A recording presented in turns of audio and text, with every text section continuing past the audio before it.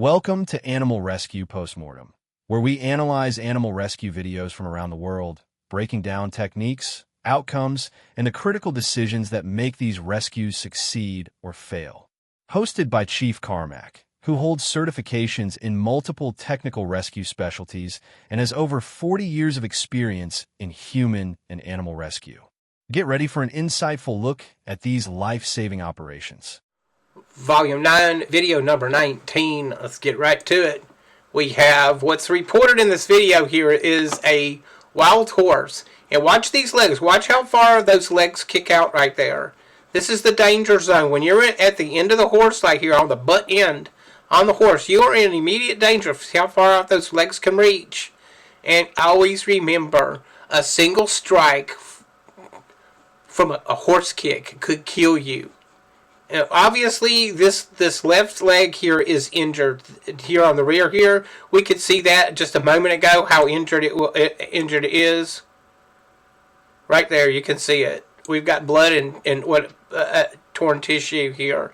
The other leg looks like it's okay, possibly. But let's make all assumptions that this is a wild horse. And they also mentioned that this horse was seen with a foal. Alright, so if that's the case, I'm going to go ahead and eliminate the use of chemical capture or chemical immobilization for this horse here, for this particular incident, so that doesn't get transferred into the foal. And then, that it's a real tough call to make on that. Because if this horse was thrashing completely and it wouldn't calm down, so we do that, it may be the risk we have to take and use chemical immobilization in order to do the rescue and get that wire cut off of that extremity. And then, once again, it comes back to having a good pair of cutters. Whenever you're dealing with fencing, you're better off having a pair of fencing pliers with you, because they cut fencing so well.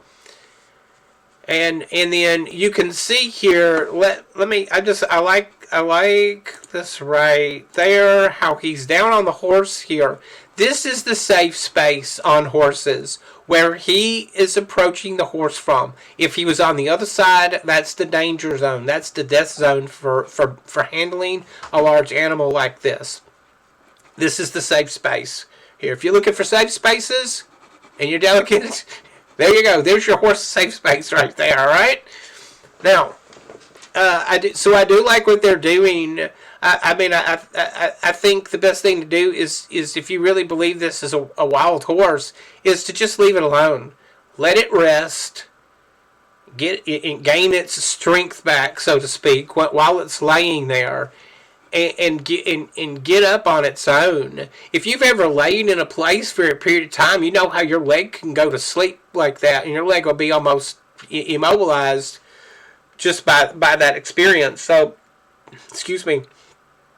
Right, I think the best thing to do when that animal is making a move to get up is just to get up out of the way and just see if it's going to make it on its own here.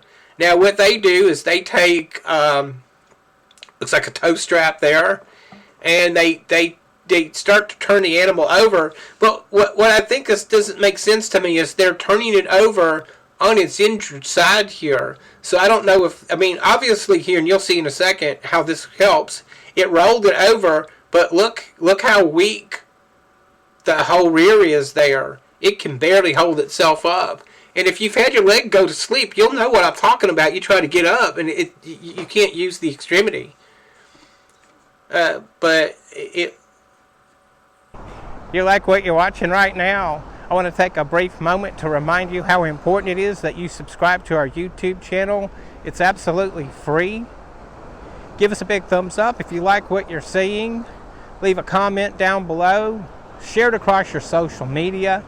Visit our website, where you'll find good information on emergency and disaster preparedness. And please make a donation. We're funded totally by donations and generous people like you. Okay, let's get back to the video. I can't tell if that's an injury or if it's just what I described a moment ago. However, it it is what it is. The animal's up and it's moving.